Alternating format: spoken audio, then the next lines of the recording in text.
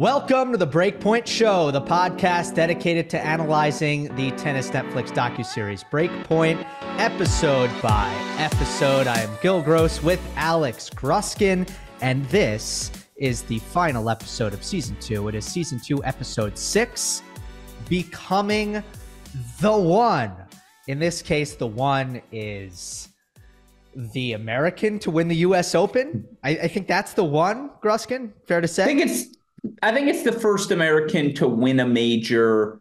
Yes, certainly in New York being the spotlight event, but of this new generation. And it is funny how quickly we've done Sonia Kenin erasure, who is still 25 years old, won the 2020 Australian Open, but certainly in the post-Serena, post-Andy Roddick landscape. Yeah, John Isner was the best American for for a very long time, but we haven't had a clear-cut American slam contender at every major in quite some time. Kenin had a moment. Stevens and Keys had moments. We never really had that consistent presence on the men's side. I think what this episode is trying to allude to is who is going to be that player who amongst this next generation, which has been a theme in multiple episodes now of this season, who amongst this next generation of Americans is going to step up and, as they allude to, become the one. It's certainly a fascinating storyline to follow. So they were back to Taylor, they were back to Tommy, they were back to Francis, and those guys, what was it, episode 3, I think, of this season, where it was kind of the, we're going to key in and focus on those 3 Americans. But what ended up happening at the 2023 U.S. Open is, of course, Ben Shelton doesn't just beat one of them, he beats 2 of them of that trio, and Fritz falls to Djokovic. This was one of the most blatant examples that I can remember of the tennis didn't go to Netflix's plan. Like, they couldn't write the script on this one. But I love how the episode also reflected that. You think Tommy, Taylor, Francis are going to be the story, and then it's like, well, actually, it's Ben Shelton who has to be the story, who we now have to introduce and have to talk a little bit about here, have to get in this interview booth because this was a moment for the young American. And I think this episode actually perfectly captured the ethos of that U.S. Open. Those 3 guys and 4 Americans overall making the round of 16 was a huge deal in the tennis world. And this storyline reflected that. And so the fact that it was Ben, the least acclaimed of the group, that emerged from them all and beat 2 along the way, that was a stunning moment. And that he has the weapons and has the personality to carry a moment like that only added to the fun for everyone. But that's what I loved about this episode. I also loved the opening title sequence, to your point, which not only established the American tennis storyline so well with input from Jim Courier, input from all of the players, but I love that how they check in on Taylor, Tommy, and Francis. It's a perfect reflection of each of their personalities. You have Tiafoe, now the center of attention. He's at the New York party. He's talking with celebrities. Every person wants to come up and get some attention from Francis. You have Tommy enjoying life. He's at a beautiful house, looks like in the Hamptons. He's enjoying French toast. He's goofing around with his team, enjoying the spoils of his success. And then you have Taylor, who's just only thinking about tennis always and is upset about a result, not enjoying a party that's in his honor, but thinking, man, I have to make the quarterfinals of this event. They make light of the helicopter incident from season 1, which was a great callback where Taylor rode a helicopter into the U.S. Open. And it's funny, him and Francis on the training table in this episode making fun of that as Tommy rides in on the helicopter. Just like, it was an excellent portrayal of where these 3 players have come, and gets back to something I had pointed out through these episodes. It's really nice that this season gave themselves the opportunity to follow up on an earlier storyline. And yeah, the U.S. Open broke perfectly for them to do so, and they had other plot points they could pick from early in the season, but it was really well done. Like, I really enjoyed this as a finishing point for this season. They wrapped up all the storylines nicely. I think the men's side worked better than the women's side in the Coco story, which we can kind of get into. And I think the difference was, you promised me Brad Gilbert. No Brad Gilbert. I didn't promise you Brad Gilbert, but I did assume. I assumed we were going to get the Coco story. And at the Mhm. end of the day, we got the images and the moments Yeah. which were really cool in their own right. And like, look, I can watch Coco Gauff winning that match point a million times and it will never get Mhm. old. The emotion on her face, her dad crying, the post match kind of address to Ash, like it was such a monumental and electric moment that I mean, I don't know why. Gruskin, do you feel the same way?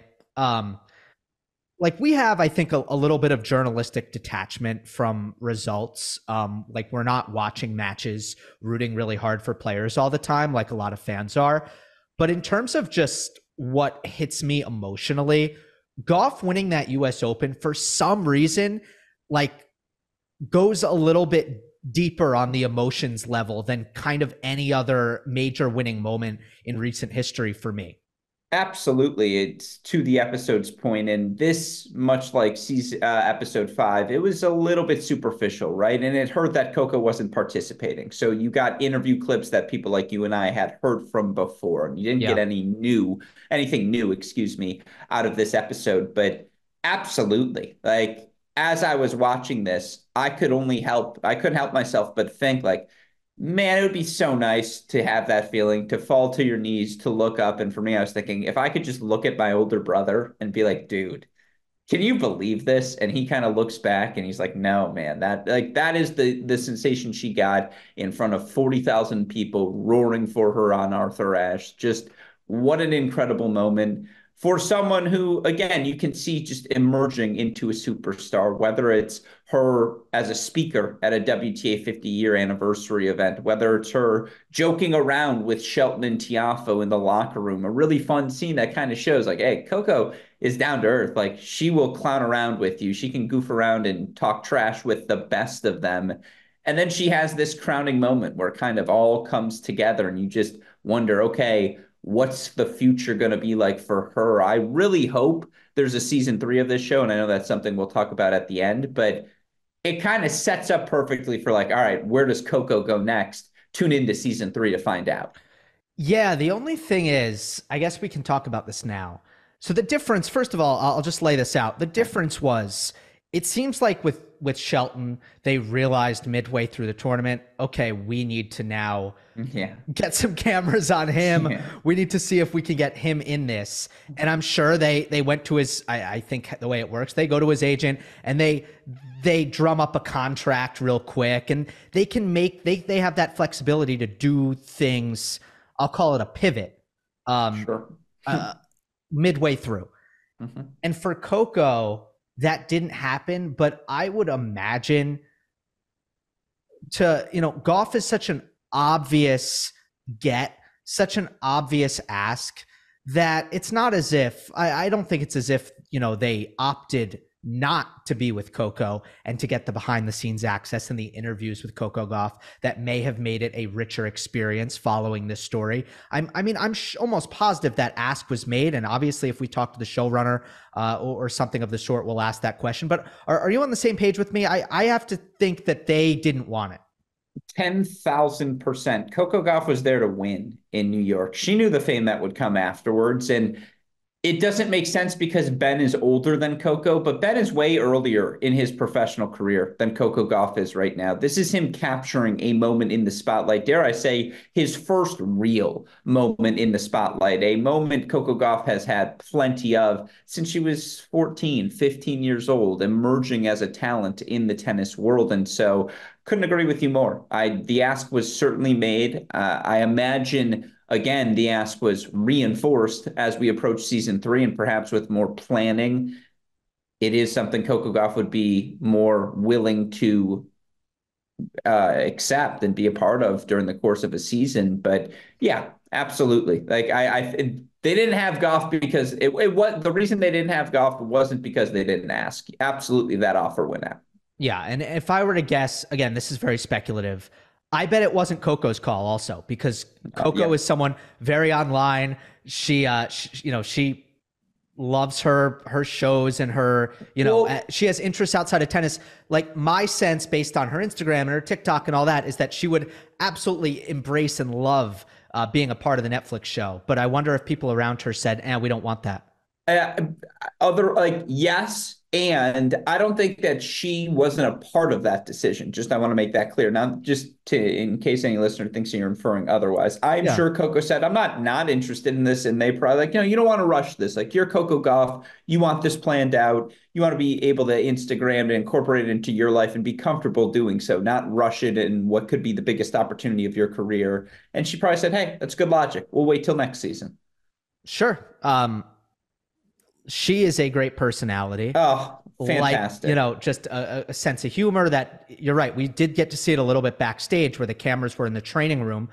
One of the best scenes of the entire season, no doubt. I mean, Elite, yeah, elite. you had all three of them, which is Ben and Francis and Coco, just kind of going back and forth, having fun together in a moment that showcased their personalities in a very authentic, true, and behind the scenes sense that was fantastic. But I It was guess what, fascinating to see Francis as the older brother, like because he is yeah, significantly older than each of them, and you could tell like Ben is the classic. That's how I act with my older brother. Like again, you could tell even he was trying to get close to him, and like you're not going to touch him because you're always a little afraid of him, but you like to be in his face, like almost like a puppy towards the older dog. And then you've got Coco, the little sister, who's just poking both needles and just always in for the jest and in for having fun and steering things along. Like you're absolutely right. One of the best scenes we had of the season, maybe of the series. yeah, Coco was teasing Francis about Yeah. his kit, saying Ben's is better. He was, Yeah. and then, she was teasing him about the stars that come to his matches. And she was like, oh, big foe. I can't believe it. Kind of Yeah. like pretending to be starstruck by Francis. And that was a big theme of the episode, is that Foe has a celebrity gravitas about him. Coco too, and I like that aspect of how the US Open can be portrayed. To me, it really plays for the casual audience where it's like Kevin Durant is here, Jerry Seinfeld is here, and they can kind of do that whole thing. They didn't have Barack and Michelle, who I think were at Coco's first match at the US Open Yeah, last Tiafo year. certainly inferred as much in talking trash, saying, "Oh, that's it." By the way, talk about all-time comebacks when it's shut up. You had the Obamas at your match, and it's like, oh, that's a good point. I did have the Obamas at my match. Like that is when you're talking about that is the A-list lifestyle of trash talk. Is that's what you get to is you had the Obamas. All I had was Kevin Durant. Do you gain All right. Well, first, let me wrap up the Coco thing. Here's what we didn't get. We didn't get, there was a lot of doubt surrounding Coco after Wimbledon, loses first round to Sophia Kenin.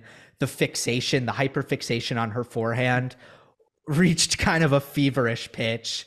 And she made some changes in her camp. She brought in Pere Riba, she brought in Brad Gilbert, and it was like this instantaneous tear. She wins her first 500, she wins her first 1000, she wins her first major. It's the summer of Coco. We didn't Hmm. really, that storyline didn't play out. And I especially was craving, as I said at the end of last, the last recap show we did, I was specifically craving the inner workings of the team and Brad Gilbert, who is a mega personality. And I just thought he would, if they were able to get that, I think it would have played really, really well. So that's what we were missing with Coco. Your comments on that before then we can go back to kind of Ben and the men. Needs to be season 3, episode 1 or 2, ideally with her participation, because you're right. It was very superficial, and there was a lot more to the Coco summer to be enjoyed that kind of explains her ascension to stardom and why New York was such a crowning moment for Goff, given the context of everything. But it's hard to do that when you don't have a player's participation. So that's why that would be the continued assumption. I mean, again, their whole framing of the tennis in this episode, yes, it was framed around one event, the US Open, but they got into Mm-hmm. the weeds discussing the four American men, discussing Keys, Pagula, Goff, what they were trying to accomplish on the women's side as well. It speaks to the structuring of episodes in season 2. I enjoyed it more than I did season 1, and it's why I hope we get that season 3 so they can follow up like on things like this Goff storyline. Yeah, this had some aspects of season one, though, in terms of one location, US Sure. Open.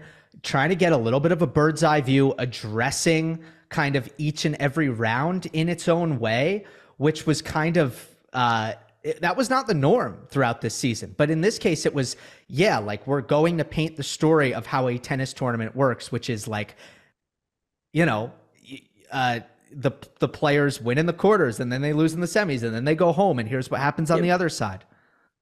But this gets back to the season structure. There's way more meat on the bone for this US Open than last year's, in the sense that last year you got an introduction to Iga for the first time in that US Open episode. You got an introduction really to Francis for the first time in this episode. In that episode, this wasn't the first time we were introduced to the majority of characters in this episode. Yes, No. Shelton, Goff were new, but I think that speaks to the structuring. Like there was some payoff for an earlier storyline. You got a little bit more depth into what Tommy, Francis, Taylor had all been going through the year. Dare I say, it was much more structured like Drive to Survive. Like it felt like, okay, give me the update on what McLaren is doing. Give me the update on Yeah. Ferrari. Oh, we got to go check in on Mercedes and Sabalenka as well, because by the way, she's competing for world number one here this week. Like it, how they structured things early gave them the opportunity for something like this. So did the results on court. It was a little bit of a gift, but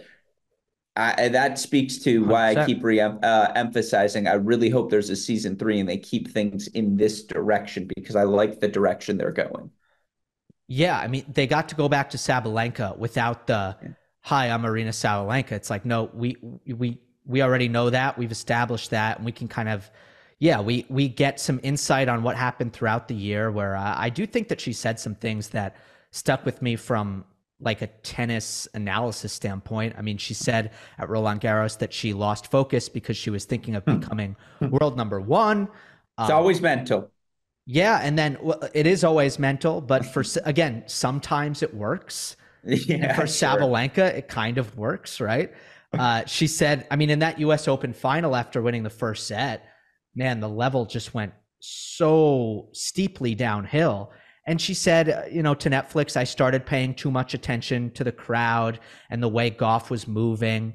And then we got that really explosive moment in the tunnel where Arena is breaking rackets and throwing them in the trash can. But then we also get the world number one trophy ceremony. And for the second season in a row, Sabalenka gets the last moment of the season.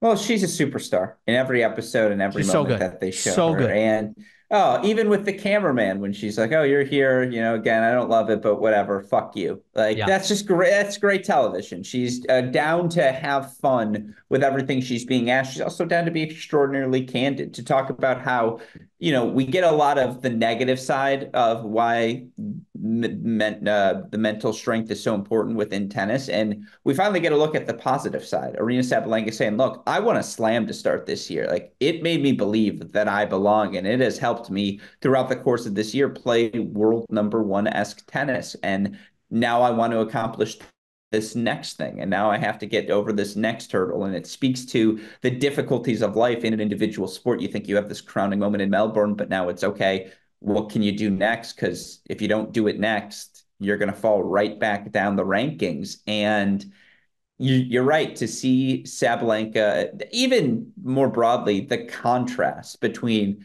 Sabalenka destroying that racket and to your point from earlier, the glory Coco Gauff was feeling after winning that moment in that match in that context. That also perfectly portrays the nature of tennis. There's always going to be a winner on one side who got over the mountaintop and feels this unbelievable accomplishment, and then there's the player who's behind the stage destroying her racket and so furious to have let an opportunity slip. Even though she got to the final, it's like, yeah, but I didn't get over that final hump. It was really good television. I not to spoil what we're going to talk about at the end, but I think this was the best episode of the season because it just had so much to work with. Okay.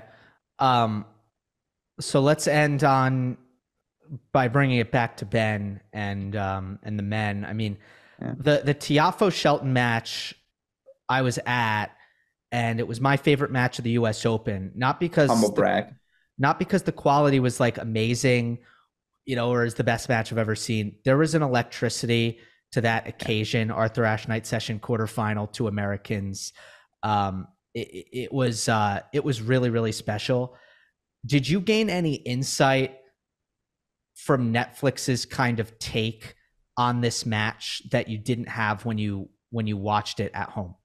Well, I'm glad you bring this matchup specifically because I'm glad from a tennis perspective they covered the fact that Ben was up 6-4 in the tiebreak, that he had two serves on his racket, he double faulted them both, and all of a sudden Francis had a set point. That's a little detail that perhaps other episodes would have just overlooked and given you the more broad picture of a match. And it was also pretty clear that it was to your point, the cameras came late to Ben Shelton because you didn't get as much as you would have expected about him and his father, and obviously Brian, a two-time national champion for both, one for the men, one for the women at the collegiate level as a coach, leaving his job at Florida to come coach Ben on the pro circuit. Brian being a former professional himself, you didn't get any of that, right? We didn't get look into why the celebration was hanging up the phone. You feel like that might have been a little fun storyline that in other episodes Netflix might have explored. And, again, what also was funny is Djokovic looming over everything. Djokovic beating Fritz, Djokovic beating Shelton, and you didn't get any of the Djokovic side. Now, he's filming his own stuff always, so you kind of understand why, but still, that was definitely a big part of the narrative in New York. I mean, Ben, his personality just shines through, right? Like I think he even gives you the quote, "I'm a guy who has a lot of confidence." Like, and that's why I think I can beat the best players, is because he thoroughly believes that's the stage he should be at. Even the insight of, I told Francis 6 months ago, I want to play you in New York. Like, I'm going to play you in New York. That's where it's going to happen. And to Ben's credit, the things he's tried to achieve in tennis, high school level, collegiate level, professional level, he's been able to manifest them. And I do think even though we didn't get 30 minutes on Ben, we got probably 10 to 15. You kind of feel, I mean, I need to tell the listeners, I'm very biased. I know Ben very well. He's on the list of players who, a little less than he used to, but will still respond to my texts because I was there covering him in high school, college, etc. He has that magnetic personality. Like, he's just someone much like Tommy Paul and all the others you want to hang out with, right? You want to be around and learn more of. And I think he shined in this episode. Well, yeah, he's That really didn't good on. answer your question about the match. I apologize. Yes, I learned more. Well, I mean, look, he is really good on the mic. When the interviewer says what's next for Ben Shelton, and Shelton goes, "What's next for Ben Shelton is what Ben Shelton goes back to work." Yeah, Like, he exactly. just has this almost professional wrestling or like, UFC fighter who's really talented in the press conferences. He has that kind of vibe where like he's Mhm. gonna have a certain swagger with literally just his mouth. Which is pretty rare, unique for a tennis player and fun. Yeah, they didn't get into the hang up the phone thing, but we also saw like where he gets it from. How about Brian Shelton Hmm. just gassing him up after the Tommy Paul win? Like, Brian was like, "Dude, you played," I'm paraphrasing here, but he was like, "You were unbelievable out there. You were spectacular. He couldn't touch you." Like, this is the vibe of Brian to Ben after the Tommy Paul match. And honestly, that's a kind of different kind of thing than what we've seen from a lot of coaches after these matches who maybe don't take that approach with their players. I think, that was an interesting moment there.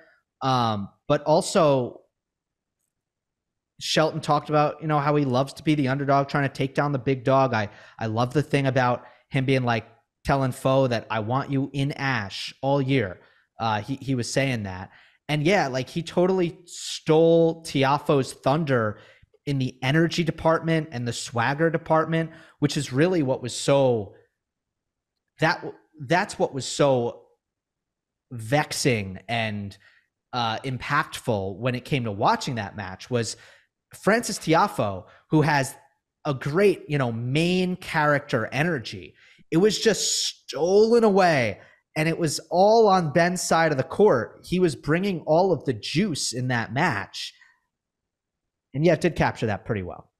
Well, you said it earlier in an earlier episode when they were covering Francis. I think it was episode 3 when Arian Broomfield, his girlfriend, told him, bring that swag, right? And what the episode makes pretty clear is it was Ben who brought the swag on that day, just overwhelming him with his weapons, his force of personality, all of these different things. And that's why, again, hopefully the tennis allows Breakpoint to go this direction. You imagine they approached Ben and said, hey, we'd like to follow you during the 2024 season, because I'll tell you what, there's even more meat on the bone there when it comes to Ben's background. He is a testament to people being successful if you grow up feeling loved. Like his parents are two of the sweetest humans in the world. They have only done it. The only thing they have done is love their children. And like you can tell in Ben's confidence, how he acts, the respect he brings as well and shows to others, even though he is a fierce competitor. The moment that competition stops, again, seems extraordinarily likable and seems to be well liked amongst his peers.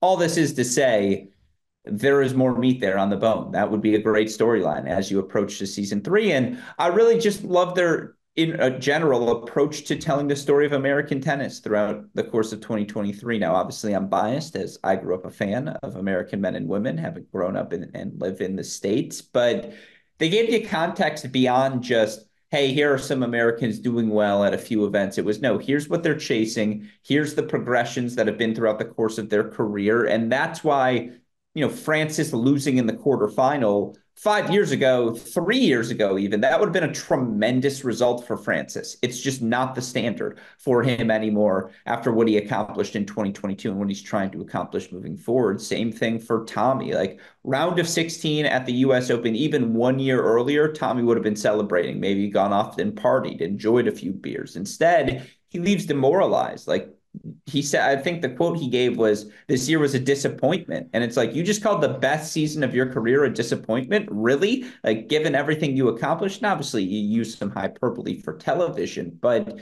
the show introduced the stakes and kind of explained why these athletes might feel the way they do in what would otherwise be, dare I say, deemed a successful event.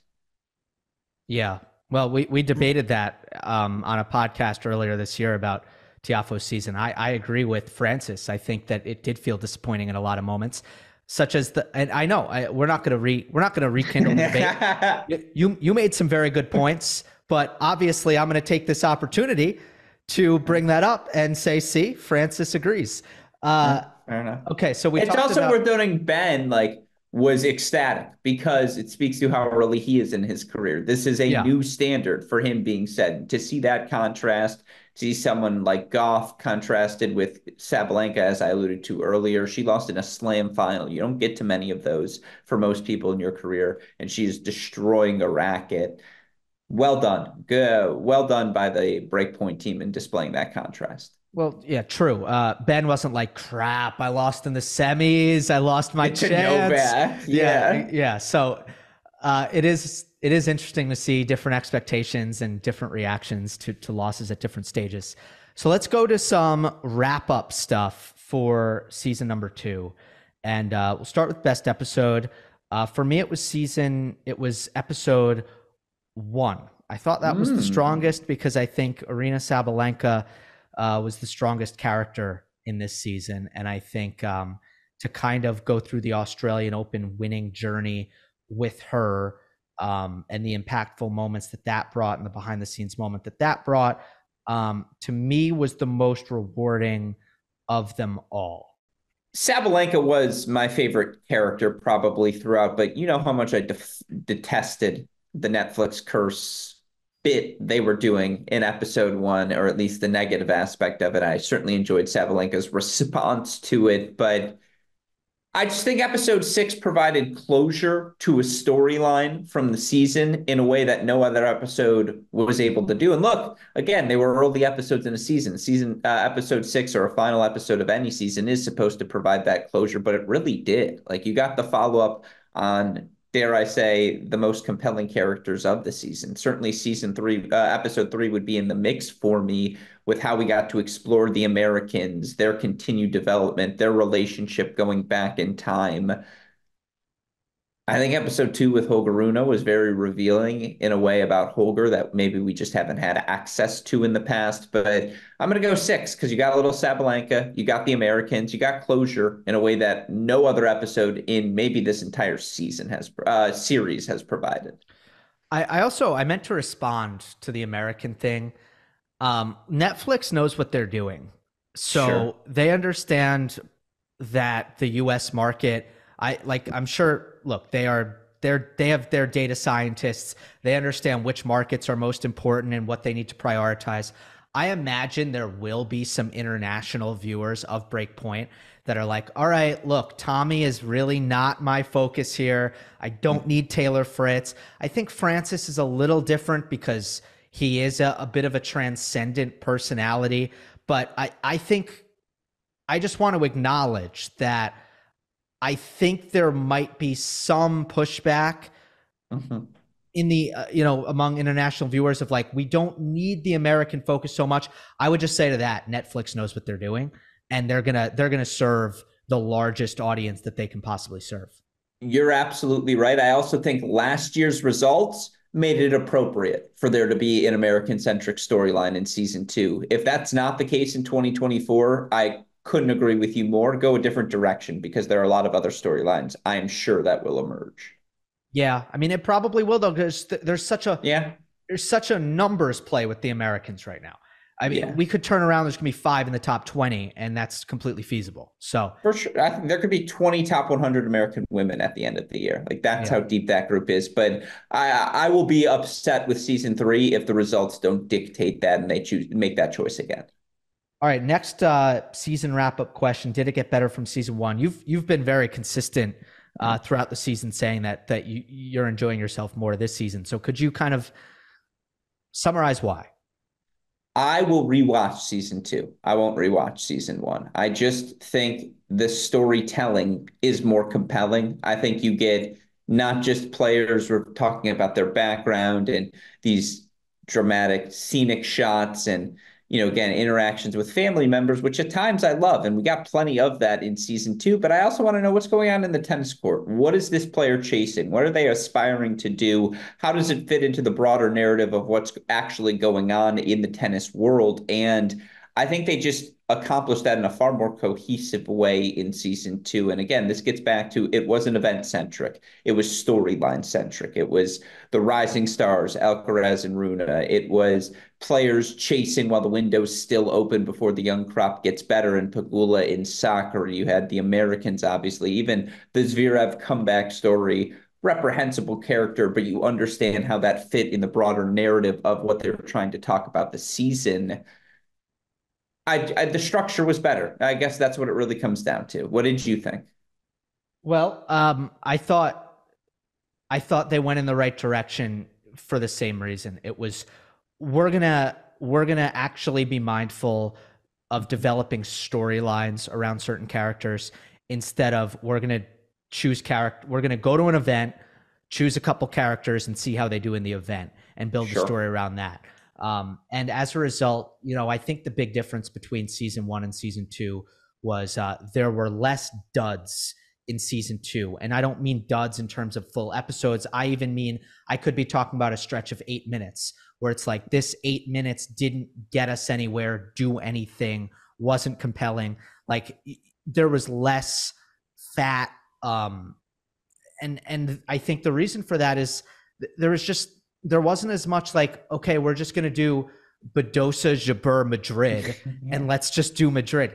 And it's like, okay, we learn about Badosa, we learn about Jabeur, maybe we get a little bit behind the scenes in certain moments, but it's like, what's the broader storyline here? And I think because they went with a storyline centric approach, it was better. Now they also, with that same storyline centric approach, shot themselves in the foot because they chose to build a storyline that is at odds with arguably morals and certainly the general temperature or kind of read the room of tennis fans at large, which is that that they went with a Zverev sympathetic figure, baby face, Medvedev villain storyline that was totally at odds with, again, how most people feel about those two characters.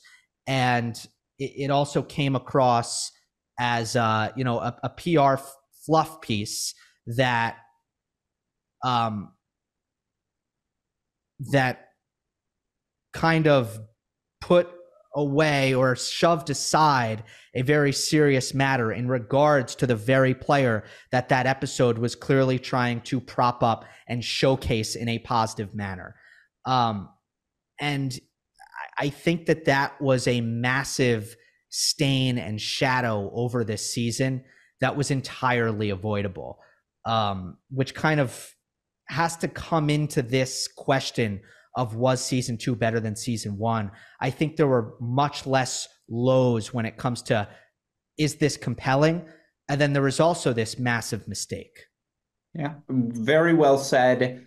You understand, again, what were they attempting to do? The one storyline they weren't able to tell in the other 5 episodes, they needed a comeback. They needed someone who was overcoming a clear adversity, something as clear as, I shattered my ankle in a French Open semifinal as a top 5 player in the world, and I want to get back to that stage, continue the track in my career. And they chose the worst possible character. You talk about misreading the room, misreading the facts. Like, he is not this victim. He is not this portrayal of his story.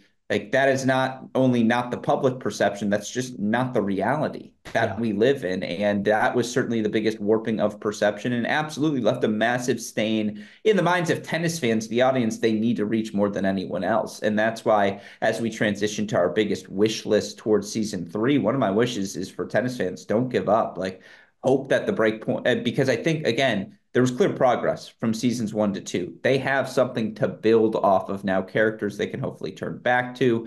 By the way, on the storytelling front, the difference between 1 and 2, they also, like, in season 1 was, admittedly, we had the showrunner on our show, admittedly a little rushed. Like, they didn't have the details worked out. They weren't sure when and where they were going to be able to follow events, and thus when they picked out players, they said, all right, we're going to come to your hometown to make sure we have the footage we need in case the tennis doesn't otherwise provide. They weren't burdened by that in this event. In this, it felt like they had more opportunities to be at events, more opportunities to get players on their own as well. And again, I just, how they're building some of the stories they were able to identify and tell. There's something here to build off of. So that would be one of my first wish as we approach season 3 is, tennis fans, don't give up on this, because if we give up on it, so will Netflix. In terms of the wish list, though, for season 3, from what Netflix can control, which is, if they're doing a season 3, make a great season 3. I would say focus on great characters and personalities, and showcase these players. It doesn't need to be top players, and I don't think you necessarily need the contenders of that are winning the big titles. I just don't. I think you can go for an Alexander Bublik. I think you can go for a Gael Monfils and Alina Svitolina. And look at that dynamic and that family life. Or what about a Caroline Wozniacki and balancing motherhood and professional tennis? Like there are, I go for characters and storylines. It doesn't always have to be this person is trying to win a slam. So that's one for me. But also, you need to rebuild your credibility, I think, after the Zverev thing. And there's only one way to do that, which is cover difficult topics, or a difficult topic or two. Do it with honesty. Do it well in a way that doesn't come across as public relations for the tours or a particular player. Now, this is not Netflix's forte. Like Drive to Survive, I don't think that that's how they have made their mark, by being something like 60 Minutes or Real Sports, right? It's like, that's not what they do. But when you go so far in the other direction, whereas to kind of damage your credibility, there's only one way to get it back, which is, let's say there's this interesting Saudi Arabia storyline in 2024. Cover it with honesty. Cover it with nuance and realness. Let's say there's, I don't know, something like the Simona Halep doping thing, something like that. Cover a tough topic You know what I mean? The PTPA, the ATP now Yeah. offering guaranteed salaries for players. Why is that important? How does that factor into tennis's future? I couldn't agree with you more. And that was one of my things on the wish list. Be less conflict averse. Yes, F1, you're right, doesn't get intrusive, but when Mercedes and Red Bull are going at it, that becomes a central theme of multiple episodes and something they explore when there are penalty violations or controversy over a call from the booth, whatever it may be. And that certainly exists throughout the course of a tennis calendar and the course of the 11 months. Now, they tried that with Zverev Medvedev, and again, they picked the wrong character to portray a conflict of that nature. But yeah, less conflict averse because plenty of them exists, excuse me, and if you cover them with honesty, I think it's something tennis fans and sports fans, fans of shows like this more broadly, are going to enjoy. Excuse me, I'm caught with the hiccups here.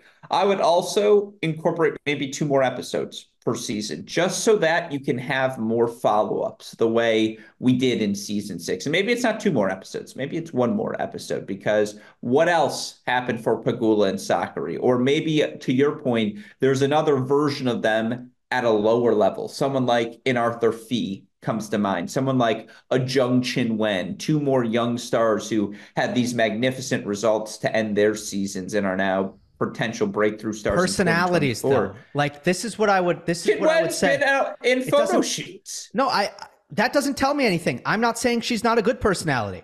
I'm just saying that should be the determining factor. Because you can look at tennis abstract and be like, this person is an intriguing storyline in tennis. For me, the priority needs to be find the personalities, and that is going to make the most compelling episodes. You can disagree with me. Like, I think there's an argument to be made that, well, maybe we should be just hunting, the best tennis stories, and that the rest will take care of itself. But like, I don't know, like, what's the deal with Hugo Gaston? Like, how can this dude take 5 unsportsmanlike fines like in a span of 5 months? What the hell is going on with the guy? I don't know. Like, I wouldn't mind. Netflix is not going to do that, okay? But I'm just saying, for me, it doesn't need to be this is a significant tennis story because they are on the rise or they are winning titles. Give me interesting characters. Episode 4 next season is an investigative documentary into doping in tennis, or talk about a great storyline. Anyone who read, I think it was the Washington Post piece on gambling in tennis and players throwing matches on the lower level, like, I would be all in for an episode like that. Of course I do. I think this gets back to the first point. I don't disagree with you.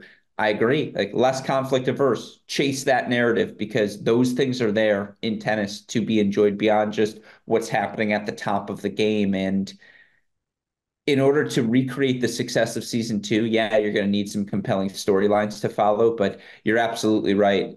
Personalities, conflict, like, those are the 2 things people are looking for in every show they watch, and those exist within tennis if Breakpoint producers want to look for them. We don't know exactly what the next batch of episodes are going to look like, when it is, what we're going to be doing for it, but we will certainly be having a conversation about Breakpoint in about four-ish months from now, if they do like anything like the last season where they'll release around Roland Garros times.